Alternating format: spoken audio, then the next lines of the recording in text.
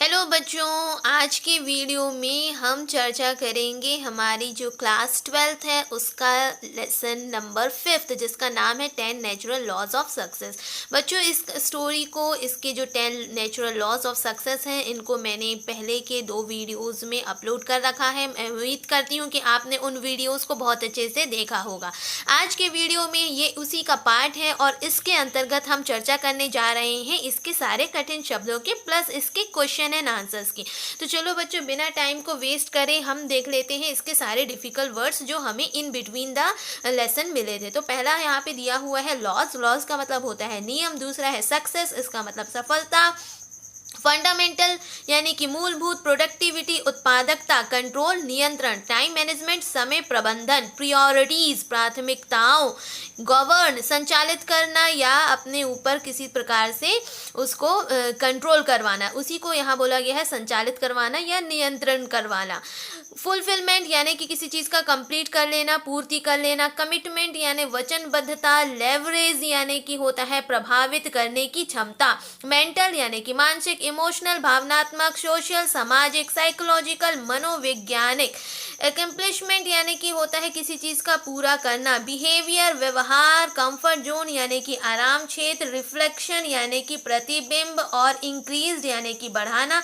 Planning यानी योजना। Unity एकता। Belief विश्वास। नेगेटिव नकारात्मक और ट्रैप्ड यानी फंसना। इनएप्रोप्रिएट यानी कि अनुपयुक्त। वैलिडेट यानी कि प्रमाणित करना। कन्वर्सली विपरीत रूप से। होर्ड यानी कि होता है अपसंचय और इनक्रेडिबली का मतलब होता है असंभव। आगे देखते हैं बच्चों, यहाँ पे दिया है नेक्स्ट 31 नंबर पे सेल्फ एस्टीम यानी कि आत्माभिमान। और सिम्टम यानी कि लक्षण। एक्सेस बहुतायत यानी बहुत ज़्यादा मात्रा में। वेल्थ धन। टैलेंट प्रतिभा। नॉलेज ज्ञान। एबिलिटी योग्यता। एक्सपीरियंस अनुभव। डीपेस्ट गहन। और स्ट्रेसफुल यानी कि तनाव से भरा हुआ यानी कि तनावपूर्ण।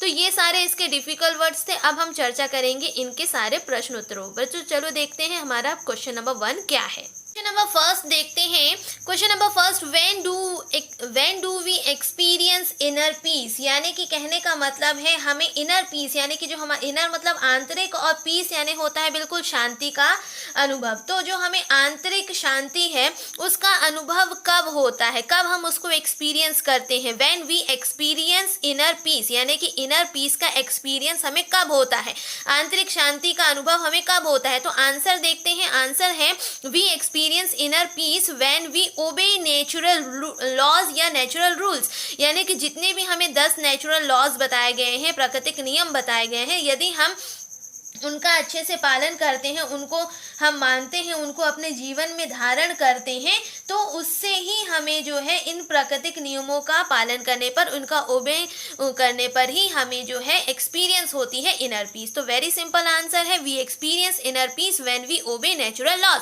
सेकंड क्वेश्चन है what are comfort zones. This is the most important question and ever asking in the examination.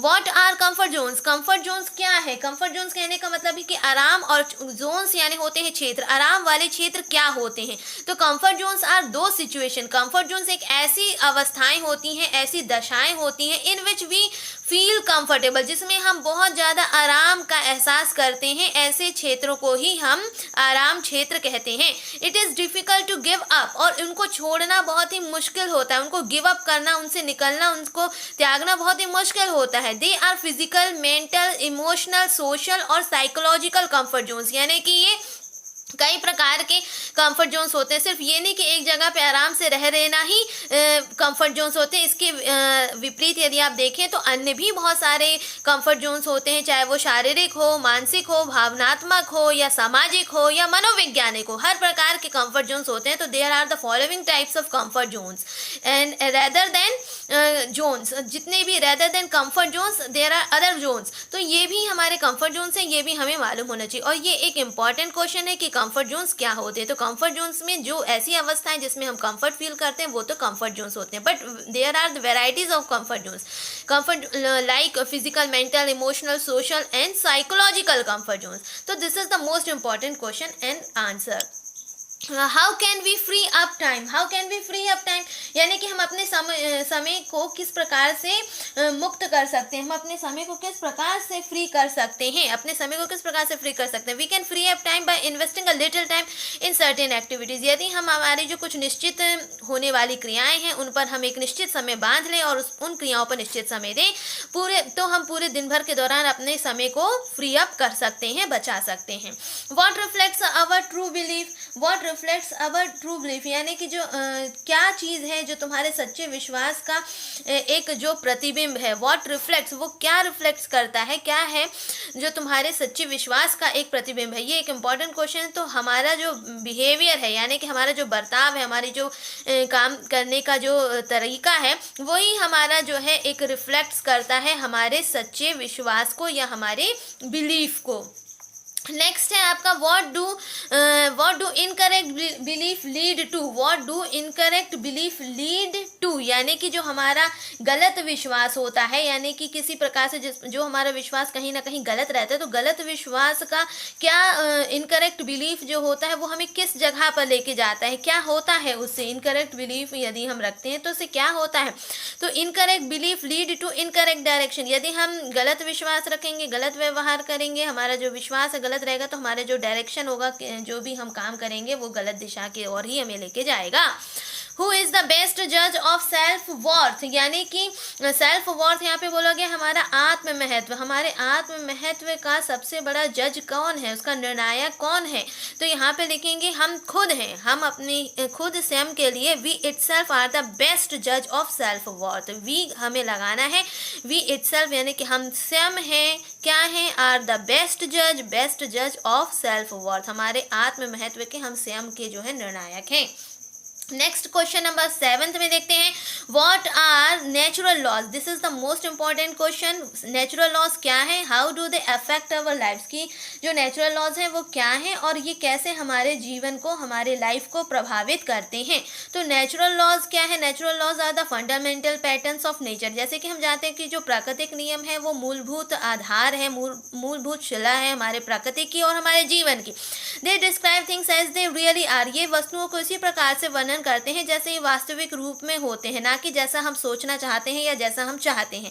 If we ओबे देम, यदि हम इनका पालन करते हैं, we gain better control of our lives, हम ज़्यादा से ज़्यादा अपने जीवन की घटनाओं पर, जीवन पर नियंत्रण कर पाते हैं। We have improved our relationship, इससे हम अपने संबंधों को सुधार पाते हैं। We increase our own productivity, हम अपने उत्पादकता को बढ़ा सकते हैं और आंतरिक शांति का अनुभव भी कर सकते हैं। तो ये एक मोस्ट इम्पॉर्टेंट क्वेश्चन है कि नेचुरल लॉज क्या होते हैं और ये हमारे जीवन को किस प्रकार से प्रभावित करते हैं। तो इसको समझना बच्चों बहुत ज़रूरी है क्योंकि ये क्वेश्चन कई बार एग्जाम में पूछा भी जाता है। Question number 8, distinguish between the time management and the event control, यानी कि समय प्रबंधन और घटना नियंत्रण, इनसे आप क्या समझते हो, इसमें अंतर बताना है। तो by doing time management we can control in our life, यानी कि हम अपने जीवन पर पूरी तरीके से नियंत्रण कर सकते हैं यदि हमने समय का प्रबंधन किया। Event control makes time management, और जो इवेंट कंट्रोल होता है यानी कि जो घटना नियंत्रण होता है वो क्या करता है, वो क्या बनाता है, टाइम का मैनेजमेंट बनाता है, वही बनाता है हमारे समय का प्रबंधन।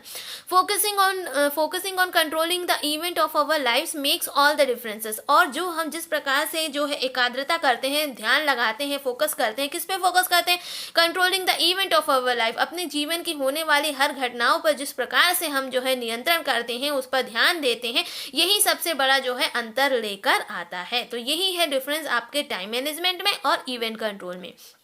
Next question is also most important question is what are governing values, यानी कि संचालित करने वाले, जीवन को संचालित करने वाले जो प्रबंधन मूल्य हैं, यानी कि गवर्निंग वैल्यूज हैं, वो क्या क्या है। What are the governing values and how can we identify our governing values, उन्हें हम किस प्रकार से पहचान सकते हैं, गवर्निंग वैल्यूज हैं क्या और हम उन्हें कैसे आइडेंटिफाई कर सकते हैं। Governing values are the foundation of our personal success, यानी कि किसी भी व्यक्ति की व्यक्तिगत सफलता के लिए जो चीज़ रिस्पॉन्सिबल होती है वही है उसके governing values. Governing values are the foundation, यही एक मूलभूत है, किस चीज़ का मूलभूत है, आपकी व्यक्तिगत सफलता का और उसको पूरा करने का, आपके लक्ष्य की पूर्ति करने का। It controls the priorities of our life, ये पूरी तरीके से आपकी जीवन की प्राथमिकताओं पर नियंत्रण करता है। We can identify our governing values by identifying our priorities, यानी कि यदि हम अपने जीवन की प्रायोरिटीज़ पर नियंत्रण कर लें, अपनी प्रायोरिटीज़ को पहचान लें, तो हम अपने प्रबंधन मूल्यों को भी पहचान लेंगे, क्योंकि ये दोनों का रिलेशन एक दूसरे से बना हुआ है। तो ये क्या करता है, it controls the priorities of our life. Governing values जो होते हैं हमारे जीवन की प्राथमिकताओं को नियंत्रण करते हैं, और यदि हमने एक बार अपने गवर्निंग वैल्यूज़ को पहचान लिया, तो इससे हम अपने जीवन की प्राथमिकताओं को भी पहचान लेंगे और उस हिसाब से काम करेंगे, तो नो डाउट हमें सफलता मिलेगी। Next important question is why should we leave our comfort zones and how. हमें क्यों जो है छोड़ देना चाहिए अपने कंफर्ट जोन्स को, हमें अपने कंफर्ट जोन्स को क्यों छोड़ देना चाहिए या उन्हें हटा देना चाहिए, और कैसे, अगर हम हटाना भी चाहें तो कैसे। तो we should leave our comfort zones if we want to achieve our goal in life. यदि आप जीवन में किसी प्रकार के जो आपका लक्ष्य है और आप लक्ष्य को पूरी तरीके से कंप्लीट करना चाहते हो, उसको हासिल करना चाहते हो, तो उसके लिए बहुत ज़रूरी है कि आप अपने कंफर्ट जोन्स को छोड़ दें। We can leave our comfort zones by our effort and commitment. यदि हमने तरीके से किसी चीज़ के लिए हम प्रतिबंध हो चुके हैं और दूसरी चीज़ हम पूरा एफर्ट लगा रहे हैं, तो इन दो प्रयासों से, बाय कमिटमेंट और by effort, by doing effort and by doing our commitment, we can leave our comfort zones. हम अपने कंफर्ट जोन्स को बहुत अच्छे से छोड़ सकते हैं, और हर किसी को अपने कंफर्ट जोन्स को छोड़ देना चाहिए यदि वे अपने लक्ष्य को, अपनी सफलता को बहुत शीघ्र हासिल करना चाहता है, तो इसीलिए हमें उसे त्याग देना चाहिए। How can correcting belief solve problems. How can correcting belief solve problems कहने का मतलब है हमें अपने विश्वासों को सुधार कर अपनी समस्याओं को कैसे हल कर सकते हैं। हाउ कैन करेक्टिंग बिलीफ, यानी कि जो जितने भी हमारी बिलीफ हैं, जितने भी हम विश्वास रखते हैं, उसको सुधार कर हम कैसे समस्याओं को, यानी कि जो प्रॉब्लम्स हैं उनको सॉल्व कर सकते हैं। Correcting believes can solve problems, यानी कि अगर हम अपने बिलीफ को क्या करते हैं, यदि हम अपने विश्वास को करेक्ट कर लें, सुधार लें, तो हम अपनी समस्याओं को सॉल्व कर सकते हैं। बिकॉज बाय करेक्टिंग बिलीफ, क्योंकि जब हम अपने विश्वास को सुधारते हैं तो we will be able to correct our behaviour. हम अपने बर्ताव में, हम अपने व्यवहार में भी सुधार करने के योग्य हो जाते हैं। And if we improve our incorrect behaviour, यदि हम अपने इनकरेक्ट बिहेवियर को, यानी कि गलत व्यवहार को सुधार करते हैं, we can solve any problem of our life. हम अपने जीवन की किसी भी प्रकार की समस्याओं का निदान निकाल सकते हैं और उसका हल कर सकते हैं। अब बच्चों question number 12, what happens when we meet needs with incorrect belief, यानी कि क्या होता है जब हम गलत विश्वासों के द्वारा अपनी जो नीड्स हैं, आवश्यकताओं की पूर्ति करते हैं, तब क्या होता है। यानी कि जितने भी हम अगर गलत विश्वास के साथ अपनी ज़रूरतों को पूरा करते हैं तो क्या होता है, किस प्रकार की चीज़ें होती हैं। तो इसमें देखते हैं कि जब भी हम अपनी इनकरेक्ट बिलीफ के साथ किसी अपनी आवश्यकताओं की पूर्ति करने की कोशिश करते हैं, प्रयास करते हैं, तो क्या होता है। when we meet needs with incorrect belief then our result do not meet our needs, यानी कहने का मतलब जब भी आप गलत विश्वास के साथ किसी कार्य की पूर्ति करने के लिए आगे बढ़ोगे या किसी आवश्यकताओं की पूर्ति करोगे, तो आपकी आवश्यकता कभी भी पूरी नहीं हो पाएगी, वो आवश्यकता यथावत बनी रहेगी।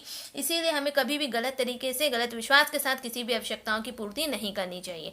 How can we have more by giving more, this is the important question. ये भी एक इम्पॉर्टेंट क्वेश्चन कि कैसे हमें ज़्यादा की प्राप्ति होगी यदि हम ज़्यादा किसी चीज़ को प्रदान भी करें। तो when we have excess of anything, यदि हमारे पास किसी भी चीज़ की बहुतायतता है, चाहे वो धन हो, आपका अनुभव हो, यानी कि आपकी प्रतिभा हो, आपका ज्ञान हो, आपकी योग्यता हो, आपका अनुभव हो किसी भी चीज़ का, we should share that excess with other. हमें उस बहुतायत चीज़ का दूसरों के साथ जो है उसको बंटवारा करना चाहिए, उसको साझा करना चाहिए। and that access will grow faster, यदि हम उसको साझा करेंगे, उसको बांटेंगे, जो हमारे पास एक्स्ट्रा है अगर हम उसे बांटते हैं तो वो बहुत तेजी से वृद्धि करेगा, विकासशील होगा, वो आगे बढ़ेगा।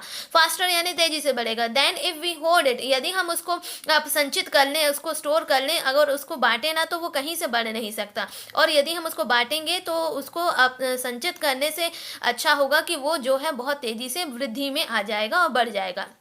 It for our self. यदि हम उसको अपने तरीके से अपने स्टोर करके रख लेंगे, अपनी योग्यताओं को छुपा कर कहीं बंद करके रख लेंगे, तो वो कभी भी विकसित तो होंगी नहीं और ना ही वो बढ़ेंगी, वो और रहे बंद रह रह के ख़त्म ज़रूर हो जाएंगी।